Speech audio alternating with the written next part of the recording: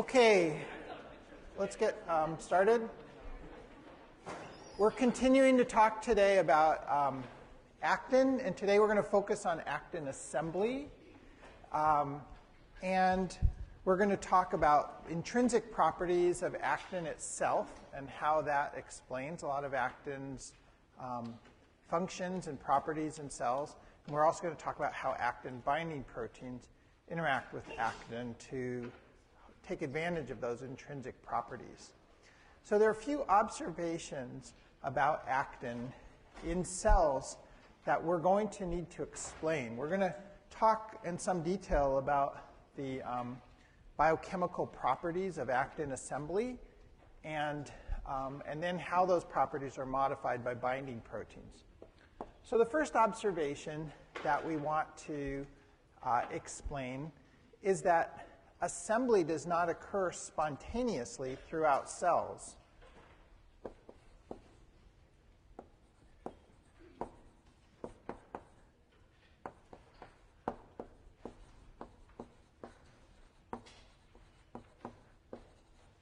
Okay. Instead, assembly of actin occurs in association with membranes, typically the plasma membrane.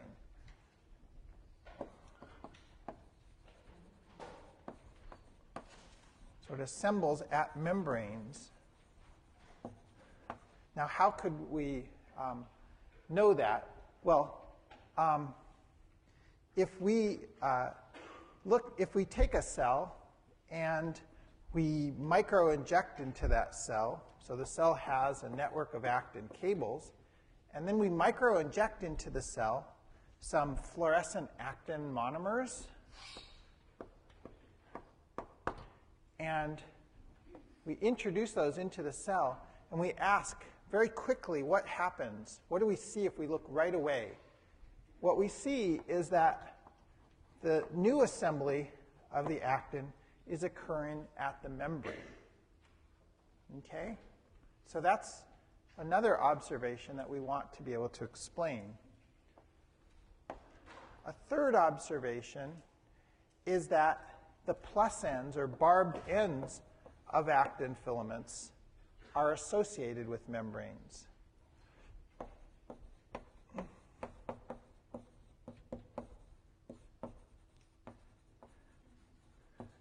Now, what kind of analysis could we do that would establish that the plus ends of actin filaments are at the membrane?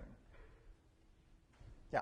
If you had a protein that would normally be translocated, to the plus end of the cell structure, then you can insert the cell and see where it localizes itself. Okay, so that's a good suggestion. So one suggestion is if we have a protein that gets translocated to the plus ends of actin filaments, we could see where that protein goes. And that's good. We haven't gotten to this in the class yet, but does anyone know what protein does get translocated to the plus ends of actin filaments? Do you want to?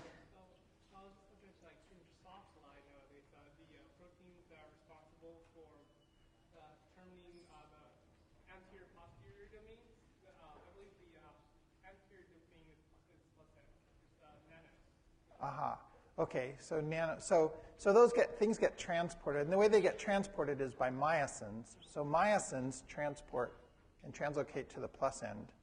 So that's a good answer.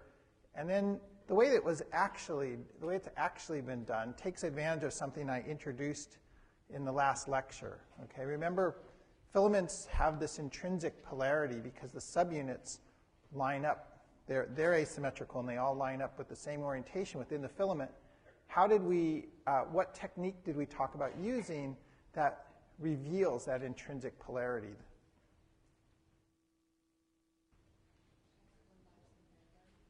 Excellent. Where did that come from? Okay. S1 myosin head binding. Okay. Do you think you could do that in a cell? Sure, why not? You could extract the cell. You could kill the cell. Fix it with formaldehyde or something, and then you could introduce S1 myosin heads into the cell, okay? And what will they do? They'll bind to the actin and decorate the actin. And then when you look by electron microscopy, you'll see the orientation of the actin filaments in the cell, okay? And what you'll see is that the plus ends are associated with the plasma membrane. Okay, very good. So, one other feature that we want to be able to explain, feature about actin in cells, is that the actin filaments are not sort of permanent structures, but they're continuously assembling and disassembling. So in other words, actin filaments turn over rapidly in cells.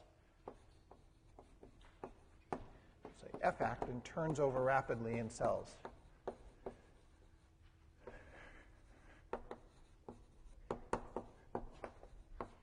Okay. So how can we see that? Well, there's a couple of usually these kind of things are done by sort of fluorescence approaches. And if you have a cell, its nucleus here, and it has a network of actin cables, actin filaments, what you can do, you can use one of two different techniques to look at the rates of turnover of actin and whether there's any patterns underlying the turnover of actin. One of them is called fluorescence recovery after photobleaching, or FRAP.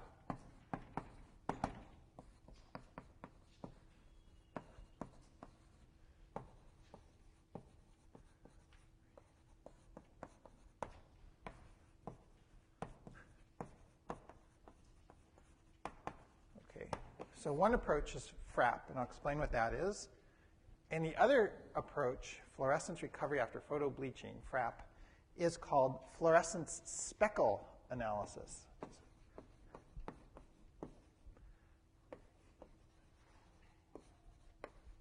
Okay, so first, how does FRAP work? Well, for FRAP, we do something similar to what we did up above, where we injected some fluorescent actin. Here, we looked just, maybe a minute after injecting the actin at where the actin was in the cell. But in FRAP, what you do is you inject fluorescent actin subunits, but then you let those subunits equilibrate inside the cell so that all of the actin structures are now labeled along their lengths fluorescently. Okay? Then, so now everything, it's a living cell. Its actin structures are all glowing, whatever color actin you chose to inject in, or in this case, they're red. And then what you do is you take a laser and you can make a very sharp, sharply focused beam, and you actually bleach a zone through the actin. And then you watch and see if it recovers, okay? If it doesn't recover, then the actin is very stable, and the free subunits, remember there are free subunits in the cytoplasm and filaments. If there's no recovery, then the filaments are very stable. But in fact, there is recovery, and the recovery is very fast. And in fact, what you see, if you look over time, is that this photo-bleached bar is actually moving at a very rapid rate away from the surface. And that's consistent with the fact that the plus ends are at the membrane and assembly is occurring at the membrane. And what that's telling you is that assembly must be occurring very rapidly and continuously at the membrane, because this bar, this bleached bar, is moving backwards as though it was riding on an escalator. That escalator is the actin network. It's assembling here and pushing back here. Now, the cell doesn't just fill up with actin filaments, so the actin filaments must be disassembling in this region. Okay? So the actin is undergoing very dynamic assembly. Now, I mentioned this related approach called speckle analysis, and that's similar to this, but you don't need a laser to do it. All you need is to be able to introduce fluorescent actin. And here the trick is you have your network of actin, But now you just introduce a very small amount of fluorescent actin into the cell. Okay? And what happens is there's not enough actin to label the cables continuously, and instead it's sort of irregular. It labels the filaments in an irregular manner. I'm having a hard time saying irregularly. And so you get sort of this spotchy or speckled appearance of the cytoskeleton. And I'm going to show you a movie of this in the next lecture. I'll show you movies of a lot of the stuff I'm talking about today in the next lecture, because a lot of this is seeing is believing, I guess. And so what happens, you label the actin in this speckled manner, and what you see is that there's a continuous flux. Okay? If you watch these little dots of actin, they're continuously appearing here and then moving away from the surface. Okay? And if you can't picture that now, you'll be able to picture it when I show you a movie of it at the start of the next lecture. Okay? And yes? How do you like make like random thing? You just mix the fluorescent label and non-fluorescent together and then feed it to the cell? Okay. So how do you make this speckle thing? So the cell, remember the cell it has a very high concentration, something like 200 micromolar of unassembled actin. I'm going to talk about that a little later in the lecture. And what you're doing is you're just introducing into that pool a little bit of fluorescent actin. So when it assembles, the actin is going to be assembling from unlabeled actin with a little bit of label mixed in. And so the label will just appear as sort of irregular spots in this network. But the spots continuously move, showing that assembly is occurring here and disassembly there. Is that clear? Okay. So these are the 4 things that we want to explain today. We don't just get spontaneous assembly.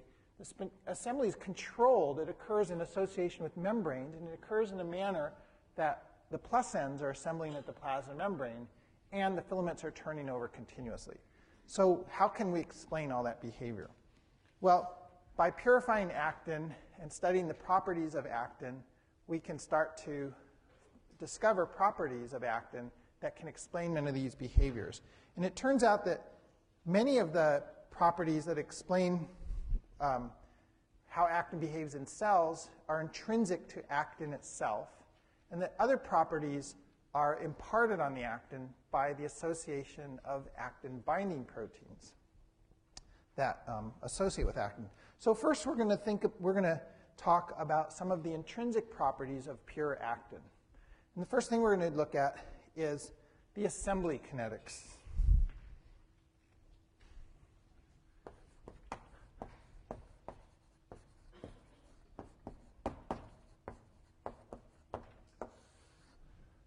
So all the information you need to make a polymer of actin is encoded in the actin itself. And you can look at the assembly as a function of time. And so you can take a solution of actin and you can initiate assembly by adding salt. Okay? And that will cause the actin to start to assemble. And the kinetics look something like this. Okay? There's 3 phases to the assembly. There's a lag phase. There's the elongation phase when the filaments are growing. And then you reach a plateau, and that's referred to as the steady state. When all the actin, there's no more any, there's no net assembly after you reach that state. So an assembly, you can look at assembly by different kinds of assays, or fluorescence assays, or light scattering assays, where you put the actin in a tube and shine light through the actin to measure the assembly of the polymers. So what do you conclude from looking at a curve like this? Well, it seems that it's hard to start to grow an actin filament, but once you start growing it, it will grow quite readily, okay? And then it will grow up to a certain point beyond which it will no longer grow. Okay, that point at the steady state is when the actin monomer concentration has been depleted by assembly, and you reach a concentration of actin monomers That's referred to as the critical concentration. When the solution of actin is above the critical concentration, net assembly will occur. When it's below, the critical concentration, disassembly will occur. And when you're at the critical concentration, there'll be no net change in assembly. Okay? So what's happening during this lag phase? Why is it hard to start the assembly of a new filament? Well, remember that a filament consists of sort of two strands of actin subunits woven together, and they have a minus end and a plus end. Well, how do you initiate such a structure? So you start with actin monomers in solution, and those monomers first have to join together to make a dimer, okay? And it turns out that these dimers are very unstable. And so as rapidly as they form, they'll disassemble. Okay? So this is a very unstable intermediate. What happens next is occasionally a third subunit will collide with this dimer, and you'll get a trimer. Trimers then are stable. Okay? Trimers are stable, and trimers will readily elongate. Okay? So this lag phase is the delay that it takes to form trimers of actin, which is a very unfavorable reaction. Okay? So one of the ways that you can show that making this little trimer or nucleus or seed for assembly is rate limiting is that you could start at time 0 and add some little nuclei. And for nuclei, what you can do is you can take a solution of actin filaments and you can break it up into small, very small pieces of actin filaments. You can do this by sonication with noise, sound waves, or by passing the actin solution through a very fine needle. And you get lots of very short little fragments of actin. And if you add those right at the beginning, so this is plus nuclei, what will happen is the actin will begin to assemble immediately without a lag. Okay? So in a sense, this is like seeding a rain cloud. Okay? You have a sort of a supersaturated solution. It's ready to assemble, but there's a kinetic block towards seeding the formation of raindrops, and here there's a kinetic block to initiating the assembly of actin filaments. Okay? So this is important, and this helps to address our first question up there, that actin doesn't assemble spontaneously in cells. And that's really important because if you want to have a coherent process in which actin assembly is driving, say, the movement of a cell, you want to be able to regulate when actin filaments assemble. Okay? So it's an important feature that actin does not assemble spontaneously. Okay. The next important property of actin actin assembly is the nucleotide.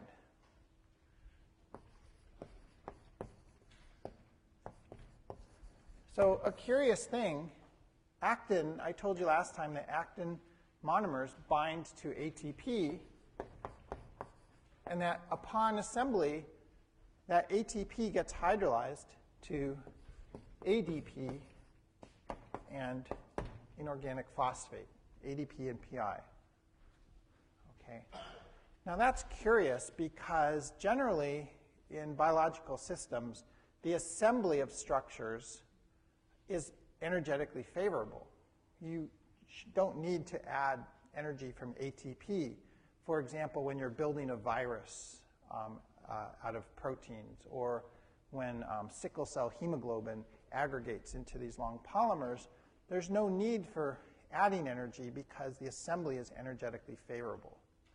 So that's telling us that the ATP must have a different role. It turns out cells use a lot of ATP energy to build their cytoskeleton, to build their actin cytoskeleton. Why? Why are they investing that energy? Well, there's two answers to this. The first answer is because it builds in instability.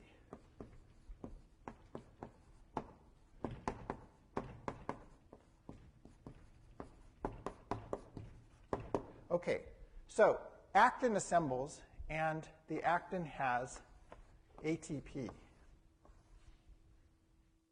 We'll symbolize the ATP with a T, okay? So when actin assembles, it has ATP. But the assembly triggers the hydrolysis of that ATP so that a short time later,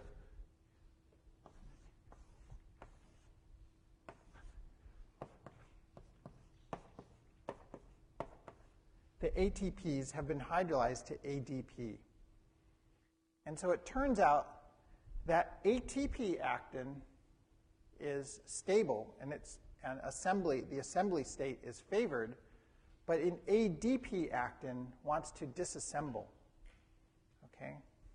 So the hydrolysis of the nucleotide is actually building into the actin filament an instability.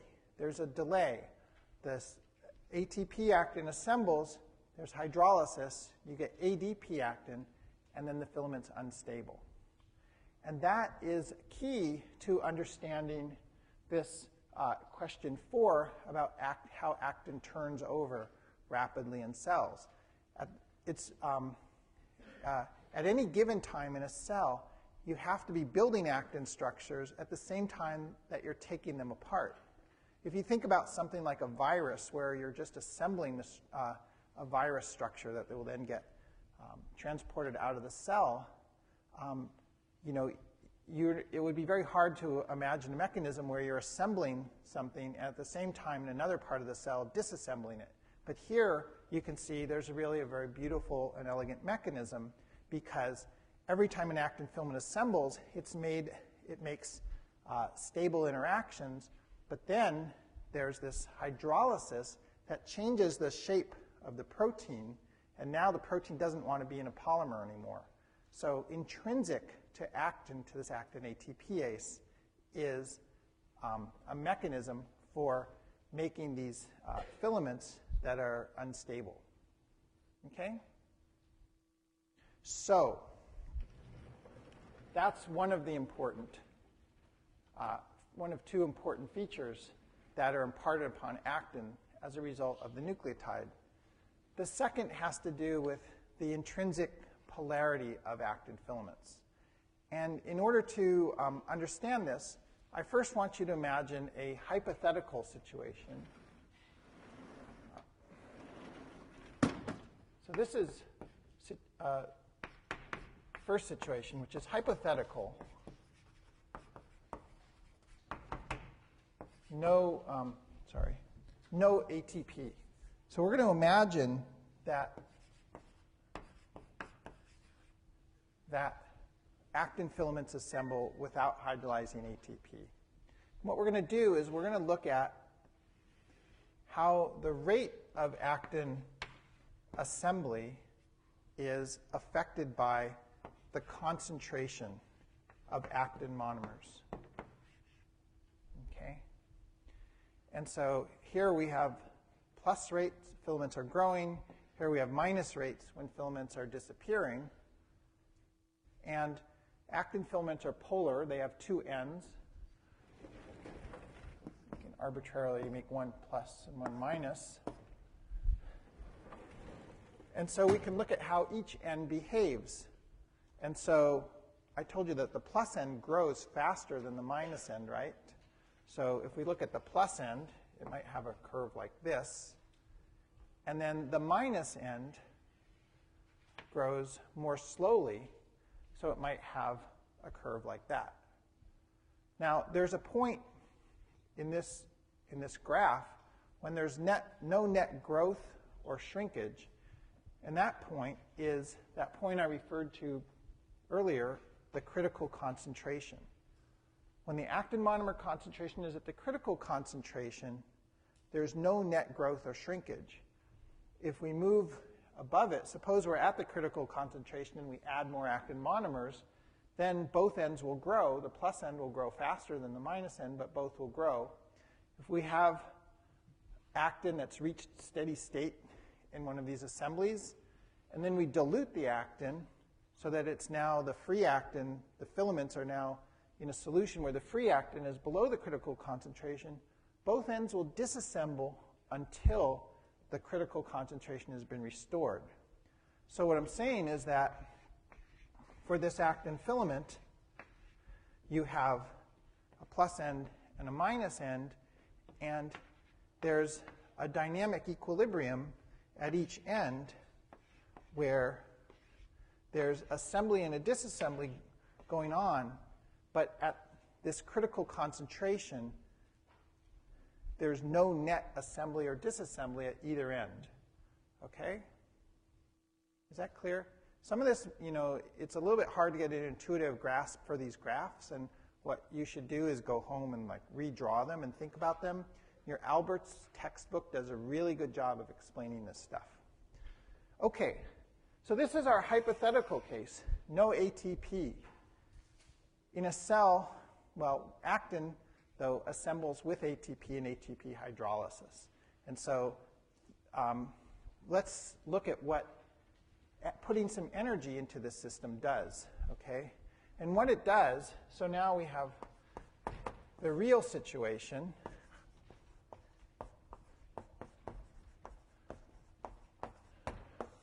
Which is where we have ATP that gets hydrolyzed to ADP. And what this does, so now we're putting energy into the system. We're hydrolyzing ATPs and putting energy into the system. And an important consequence, the second important consequence besides building instability into the system, is that it allows the two ends of the actin filament to behave independently of each other. So now let's look at this same graph. So we have actin concentration. We have the growth rates. But now the plus end and the minus end don't have to behave this. They don't have to behave the same. They don't have, because we're not talking about equilibrium. This is an equilibrium state. At equilibrium, all reactions have to come to zero. Assembly and disassembly at the plus end and the minus ends, the net assembly has to come to zero. But when you're putting energy into the system, the plus end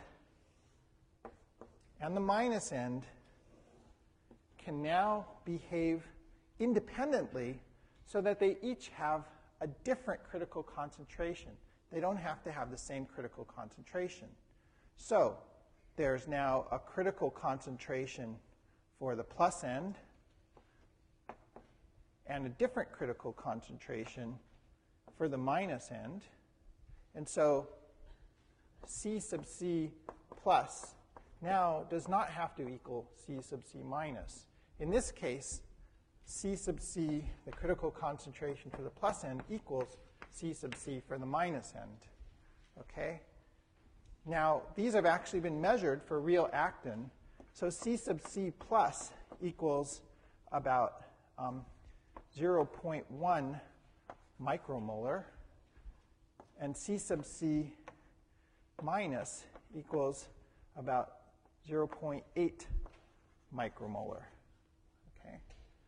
Now, if you look carefully at this graph, and this is now describing the way actin filaments actually behave, and I could have just taught this, but I think by contrasting it with a situation where there's no ATP, it helps you to understand what it is that the ATP is doing. Because the two ends now can be independent of each other, because you're putting energy into the system, you can have a situation here in this region where the minus end is disassembling while the plus end is assembling. That will not happen anywhere along this graph. Okay? And then there's one region, which is right about here, where the distance below this line, the zero assembly rate line, is the same as the distance above this line. Okay? So the plus end is growing as fast as the minus end is shrinking. So there's no net growth of the filament, but the plus end is growing at the same rate that the minus end shrinks. This is a special critical concentration for the filament. We call C sub S, or there are different designations, but that's the critical concentration for the filament. And that's a number like around 0.2 micromolar.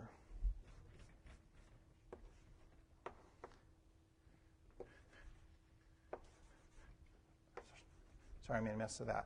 About 0.2 micromolar is now the critical concentration for the filament when you put ATP in. So why is it that the two ends can behave differently from each other?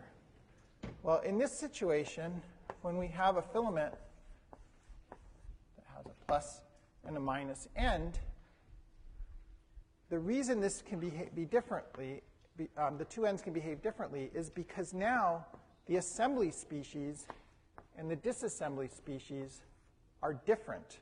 Okay, at both ends, the assembly species is ATP, and the disassembly species is ADP. Okay, and what you're actually going to what's actually going to happen at the steady state for the filament is that you're going to just get assembly of the T species at this end and disassembly of the ADP species at this end. And so what this looks like is you have a situation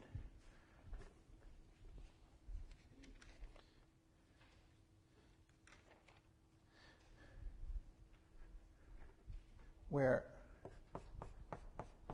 just to make things simpler to see, if you have your T subunits here, they're assembling at this end, and then your D subunits are disassembling at this end.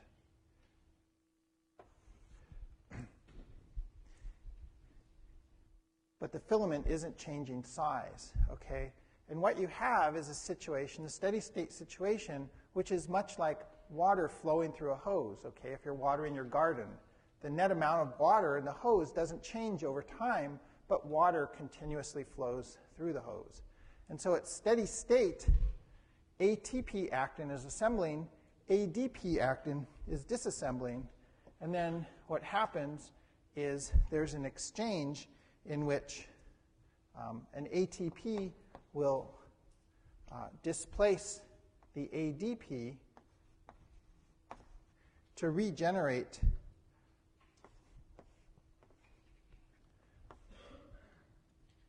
an ATP subunit for this cycle, okay?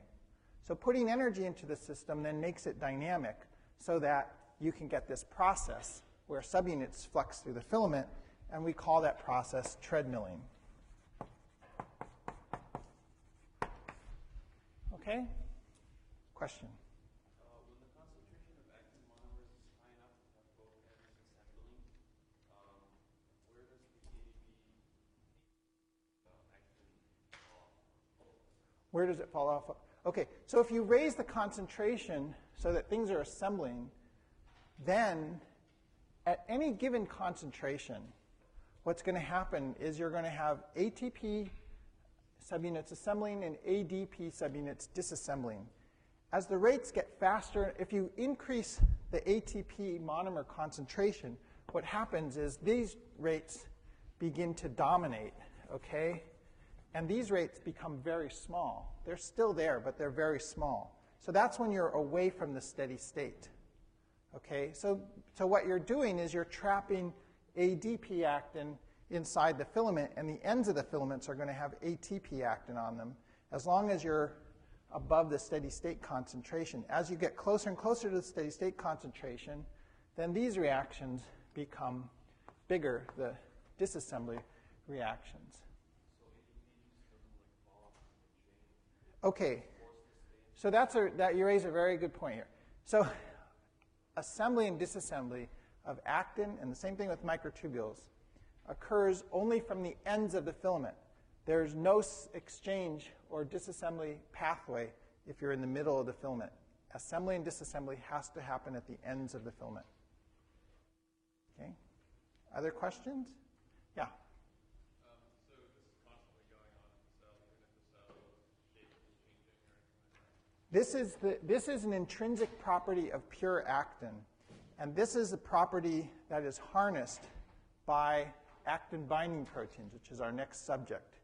This intrinsic property of actin, that it will assemble from its plus end and then disassemble from its minus end.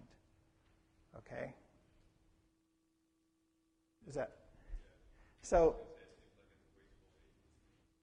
well, so wasteful of ATP, yeah. So what would happen if we didn't burn ATP, though, with with actin? So it's, pardon?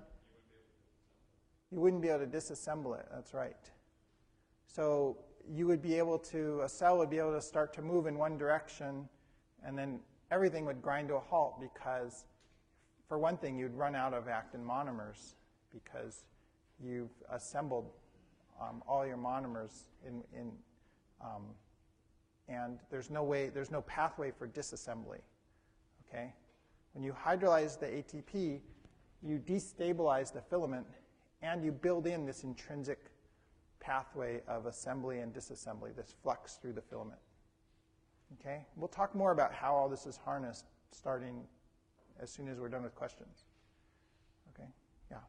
When you're talking about critical concentration, are you referring to only T-actin or D-actin? So generally, the question is, are we talking about T-actin or D-actin when we're talking about the critical concentration?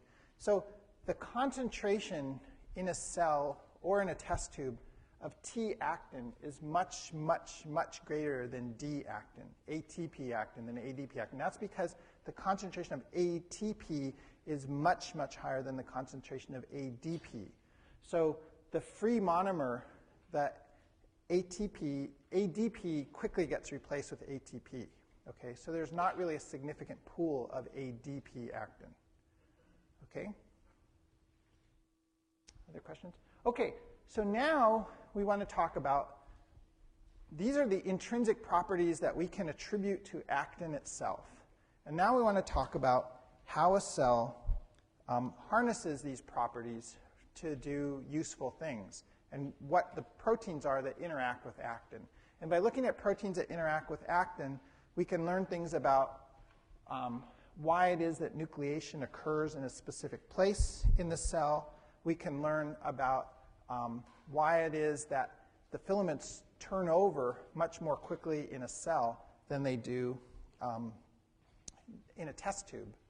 And we can also learn about why it is that in the cell there's a large reserve of unpolymerized actin that's way above the critical concentration. Okay? So we're going to talk about actin-binding proteins.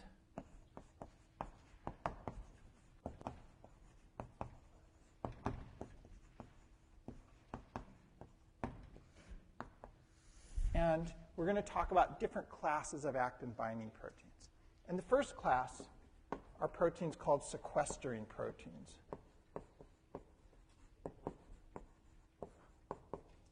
These are proteins that bind to actin monomers. So I just told you that the critical concentration for this actin filament is equal to something like 0.2 micromolar. But it turns out that if you measure the unassembled pool of actin in a cell, it could be on the order of something like 200 micromolar. Okay? That's 1,000 times above the critical concentration for the filament. That shouldn't be, right? All that actin should assemble. Well, the reason it doesn't all assemble is because a lot of the monomers are bound up by sequestering proteins, such as a tiny 5 kilodalton protein called thymosin beta 4. What thymosin beta 4 does is it binds to actin monomers and prevents them from assembly. Okay, this is important because it allows the cells, thymosin beta 4 can be present in very high levels in cells, and allows cells to maintain a large reserve of unassembled actin for when it needs to make filaments. Okay? If the cell was, think about it, if the cell maintained a steady state concentration of actin in its cytoplasm and suddenly it needed to make a lot more filaments, it couldn't. Okay? It needs to have a reserve pool of actin. Another protein that's very important that has a sequestering activity plus other activities, important activities, is profilin. Profilin also binds to actin monomers, but profilin has and it also helps sequester the monomers, but it has two additional activities that are important. It also helps suppress spontaneous nucleation.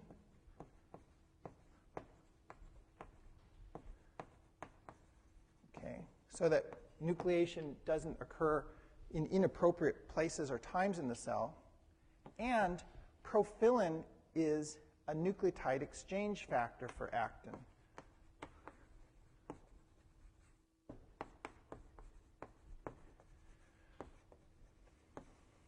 Okay, so when actin disassembles, and disassembly is occurring all the time in cells, you end up with an actin with ADP bound to it. Thanks to profilin, profilin catalyzes the exchange of an ATP for that ADP so that we restore ATP. Okay? This is a very favorable reaction because ATP levels are so much higher than ADP levels in the cell. But it would happen too slowly if you didn't have a protein to catalyze this exchange. So profilin helps sort of open up the actin so it can release its ADP, and then an ATP molecule replaces it. Okay? And so that helps maintain a pool of actin for assembly. Okay, the next class of binding proteins that we're going to talk about are cross-linking proteins.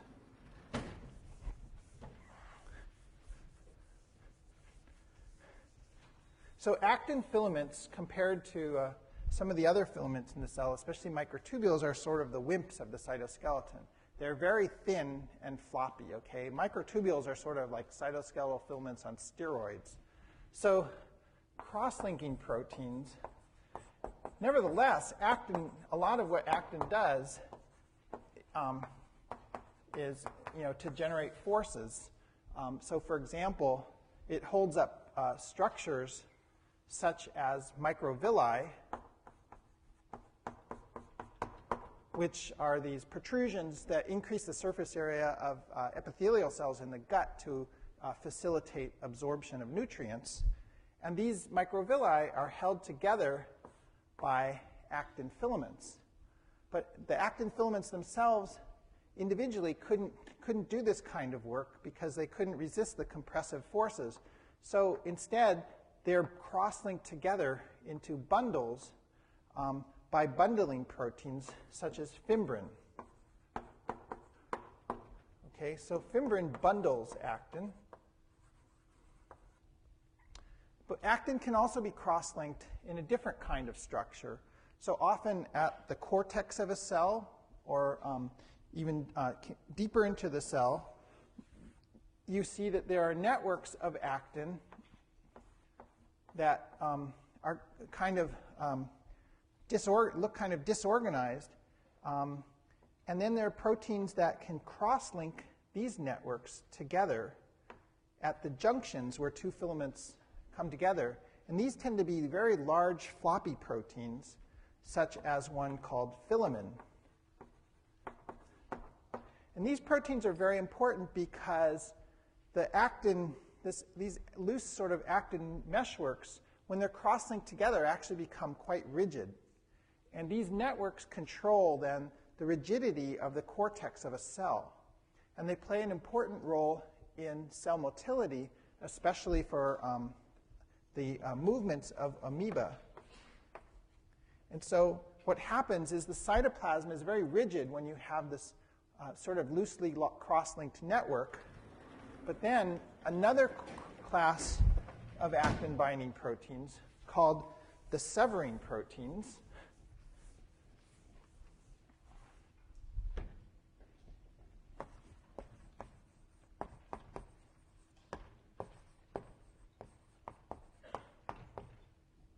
can act upon actin filaments. So for a cell like this, its cytoplasm can be held in a very rigid state when the actin is cross-linked, but then in the response to calcium, that network becomes severed. The actin filaments actually get severed, and so what was a big cross-linked network becomes little pieces, okay? And now this cytoplasm becomes very fluid, okay? So gel-solin got its name because in this state, the cytoplasm is in a gel, and in this state, it's in what's referred to as a sol.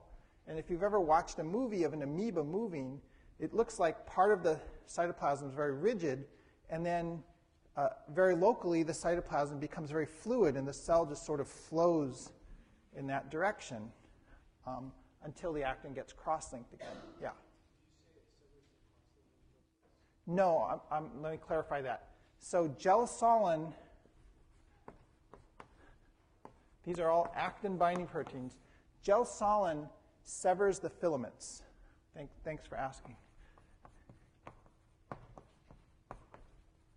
It doesn't actually break any peptide bonds. It just separates the non-covalent interactions that hold the filaments together. It makes breaks in the filaments.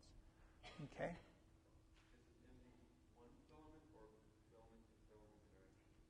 It breaks the filaments themselves, and it doesn't matter whether there are little cross-links left over, because after you break up the filaments, then there's nothing really for this filament protein to hold on to. It does it. Gel-solin works only in the presence of calcium. Okay? There's another severing protein that's more general, and that's calcium independent, and that's called cofilin. Okay? So cofilin also severs filaments, and it's calcium independent. And cofilin plays a really critical role in the turnover of actin, of all actin networks in cells, because it works together with the ATP hydrolysis to make filaments very short-lived in cells, okay?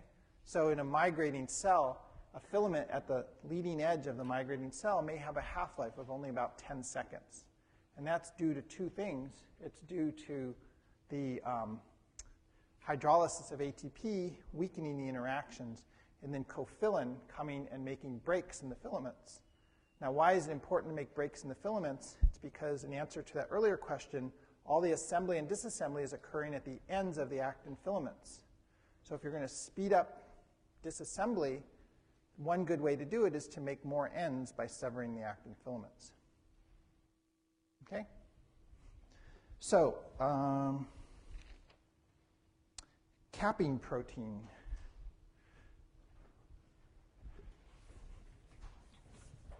So as filaments grow, they grow mostly from their barbed ends or plus ends.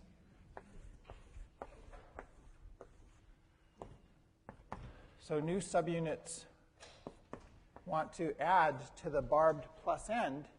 And so what happens is a new filament starts to form in a regulated manner near the membrane, and it grows through that elongation period for a while. But then the plus end gets capped by a protein called capping protein.